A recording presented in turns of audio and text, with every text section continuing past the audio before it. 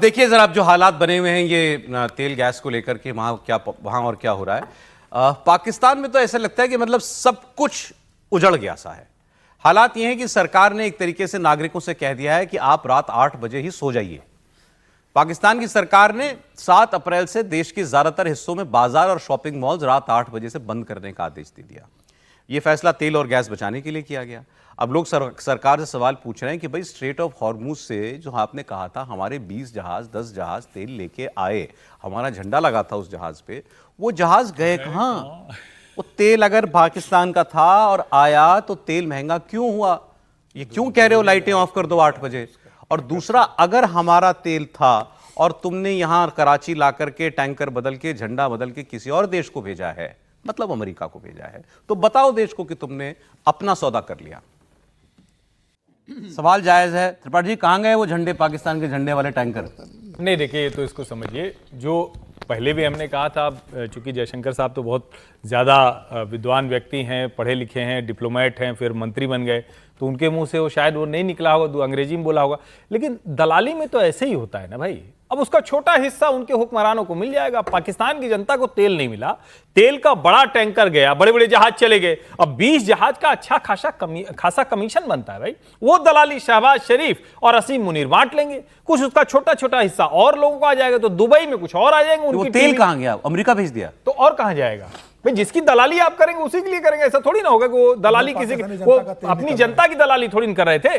Pakistan America का दलाल है, उसकी दलाली कर रहा था। वो टैंकर वहां गए, उससे कुछ पैसा आया जिससे वो लोग कुछ और दुबई में और लंदन में वो फ्लैट और संपत्ति खरीद लेंगे। इसमें कौन वहां की जनता समझे? ऐसा लग रहा है कि सच में पाकिस्तान बदल गया, शांति दूत बन गया। वो इसलिए ही कर रहा होगा ना कि पैसा मिले कुछ अमेरिका से, हम उसका कुछ करें। नहीं, लेकिन अरे तो कुछ तेल अपने लिए भी रख लेता, सब निकाला है इतना तेल। अब आप थोड़ा सा, मतलब फिर बहुत दिन हो गया, आप मासूमियत दिखाई गए आज। इतना भी मासूम? अरे जिसका माल है वो ले गया।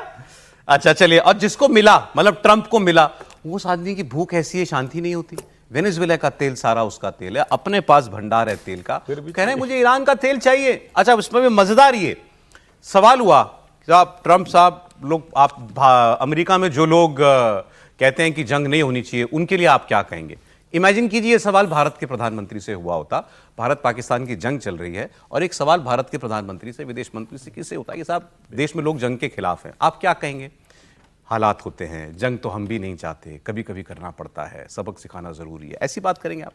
ट्रंप से हुआ साहब देश में बहुत से लोग जंग नहीं चाहते, उन्होंने कहा मूर्ख हैं, सीधा एक लाइन में बेवकूफ हैं वो लोग जो लोग कहते हैं कि जंग नहीं होनी चाहिए। फिर उन्होंने कहा तेल, कहा मेरा बस चले तो मैं तो सारा तेल लेके ही आऊं वहां से, लेकिन ये मेरे ही लोग कह रहे हैं जल्दी निकलो ईरान से। समीर जी, ऐसा लग रहा है कि ट्रंप को मलाल रह गया।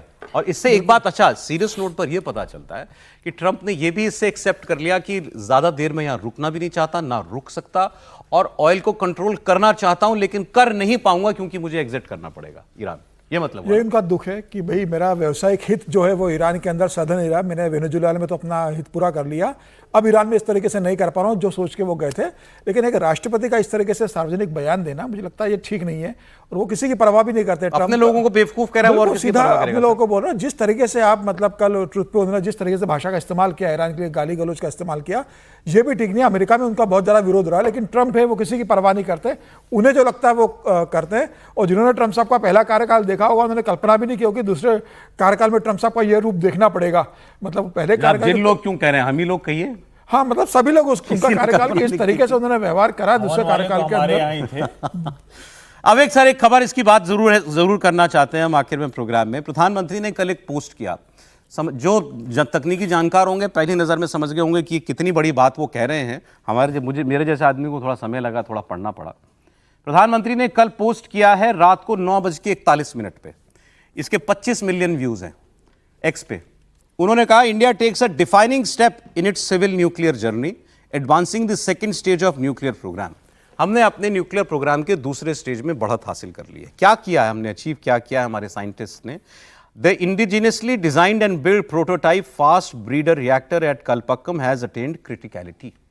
क्रिटिकलिटी का मतलब मैंने पढ़ा, क्रिटिकलिटी का मतलब है कि मैं किसी इंजन में 1 लीटर पेट्रोल डालूं और वो 1 लीटर से ज्यादा मुझे ईंधन निकाल के उसमें से दे दे, किसी और रूप में, शायद पेट्रोल के रूप में नहीं, किसी और रूप में मुझे उससे ज्यादा ईंधन निकाल के दे दे, तो इसको कहते हैं क्रिटिकल हो जाना रिएक्टर का। अब वो कह रहे हैं कि ये एक डिसाइसिव स्टेप है towards harnessing our vast thorium reserves in third stage of the programme. दूसरे स्टेज में हम हैं, तीसरे स्टेज में आएंगे। इसका मतलब अभी सब मेहमान आपको समझा देंगे मोटा मोटा। मैंने एक एक्सपर्ट का इस पर पोस्ट था, वो मैंने देखा, हमने जो किया, जो अचीव किया, जिसकी घोषणा प्रधानमंत्री ने की, वो कितनी बड़ी अचीवमेंट है। ये लिख रहे हैं एक जानकार इस पर कि पूरे वेस्ट ने इस पर $50 बिलियन खर्च किए इस टेक्नोलॉजी को प्रूव करने में, नहीं कर पाया। ये भारत ने किया। हमने कितना इन्वेस्ट किया इसमें? $900 मिलियन। वेस्ट ने $50 बिलियन किया। इसमें अकेले यूएस ने $15 बिलियन लगाए, छोड़ दिया, नहीं कर पाया। जापान ने $12 बिलियन डाले, नहीं कर पाया। यूके ने $8 बिलियन डाले, जर्मनी ने $6 बिलियन डाले, फ्रांस, इटली, सब ने कोशिश की कि हम ये टेक्नोलॉजी हासिल कर लें, इसको प्रूव कर लें, क्योंकि थ्योरी में है, प्रैक्टिकल में इसको कर लें, नहीं कर पाए, छोड़ दिया। वो दूसरे रास्ते चले गए सिविल न्यूक्लियर एनर्जी बनाने में, वो दूसरे एलिमेंट्स के साथ बनाने लगे। हमें बनाना था, हमारा ये जो ये शुरू किया हुआ था, ये होमी भाभा जी ने 1950 में एक डॉक्ट्रिन दी थी कि ये 3 स्टेज न्यूक्लियर एनर्जी डॉक्ट्रिन है। क्यों? क्योंकि आपके पास दुनिया का सबसे बड़ा थोरियम रिजर्व है। हमें थोरियम से न्यूक्लियर एनर्जी बनानी है और उससे भारत अपने 700-800 साल की ऊर्जा जरूरतों का प्रबंध कर लेगा। अभी हम सेकंड स्टेज में आ गए, थर्ड स्टेज में, थोरियम वाली स्टेज पे हम आएंगे। लेकिन अब ये है कैसे टेक्निकली, मतलब क्या है इसका? 700-800 साल कैसे हमारी ऊर्जा की जरूरतें पूरी होंगी त्रिपाठी जी? नहीं, एक तो ये कि सबसे पहले कि न्यूक्लियर एनर्जी को दुनिया में जो देश ऊर्जा के तौर पर विकसित कर पाए हैं, उसमें वेस्ट के ही देश रहे, हम उसमें आगे नहीं रहे। अभी हमारी टोटल कैपेसिटी 8 गीगावाट की है टोटल, और अगर हम इसको देखें तो हमारा ईयरली प्रोडक्शन 500 गीगावाट हो सकता है। अगर हम जो थर्ड स्टेज की बात कर रहे हैं, जिसमें हम थोरियम को इस्तेमाल करके और ऊर्जा में कन्वर्ट कर पाएंगे, तो 500 गीगावाट का मतलब समझिए पूरे भारत की जो अभी टोटल प्रोडक्शन है, यानी फॉसिल फ्यूल हो, जितने तरह के हो, सबको मिला लें, सोलर, विंड, तो सब मिला लें तो उससे ज्यादा है अकेले न्यूक्लियर से, अकेले न्यूक्लियर की, जो थोरियम के जरिए होगा।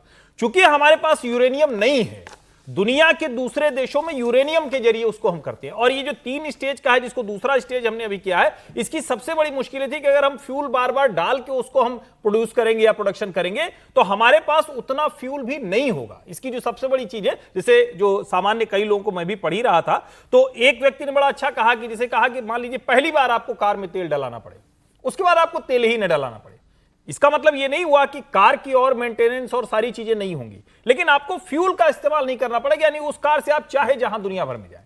तो इसको एक और जो फास्ट ब्रीडर, जैसे कई बार ब्रीडर का तो मतलब ये आसानी से समझ में आ जाता है कि जितना है उससे ज्यादा बनाने वाला। और चूंकि 22 साल से अधिक इसमें लगे हैं, 200 से ज्यादा कंपनियां इसमें शामिल हैं, श्रेय नरेंद्र मोदी के जिम्मे आना था। लेकिन यह भारत की वैज्ञानिक चेतना और क्षमता का प्रमाण है, बहुत बड़ी, बहुत बड़ी बताया ही कि जो विश्व पश्चिम नहीं कर पाया। सर बहुत छोटे में मैं इसको और थोड़ा सा, जो त्रिपाठी जी ने बताया उसमें, कि बेसिकली हम थोरियम का इस्तेमाल करते हैं, उससे यूरेनियम बनाते हैं, जिसको फ्यूल की तरह पे इस्तेमाल करते हैं। अब जितना यूरेनियम बनता है थोरियम से जी, और जितना फ्यूल की तरह यूज होता है, उसमें फर्क है। हमारा यूरेनियम ज्यादा बनता है जितना यूज हो जाता है, वही बात। तो बेसिकली ये है कि आप थोरियम के जरिए यूरेनियम बना के उसको फ्यूल की तरह यूज करते हैं, और क्योंकि ये वो जरिया है जिससे हम एनर्जी सफिशिएंट हो सकते हैं, इंडिपेंडेंट हो सकते हैं एक लाइन और जोड़ दूं, दुनिया जब न्यूक्लियर बम फलाना धमाका की बात कर रही है, तो हम उससे ये बात, बड़ी अच्छी खबर थी और आपने समझा भी दिया इसको सरल शब्दों में। बहुत शुक्रिया त्रिपाठी जी, राहुल जी, प्रोफेसर साहब, समीर जी, बहुत धन्यवाद आपका।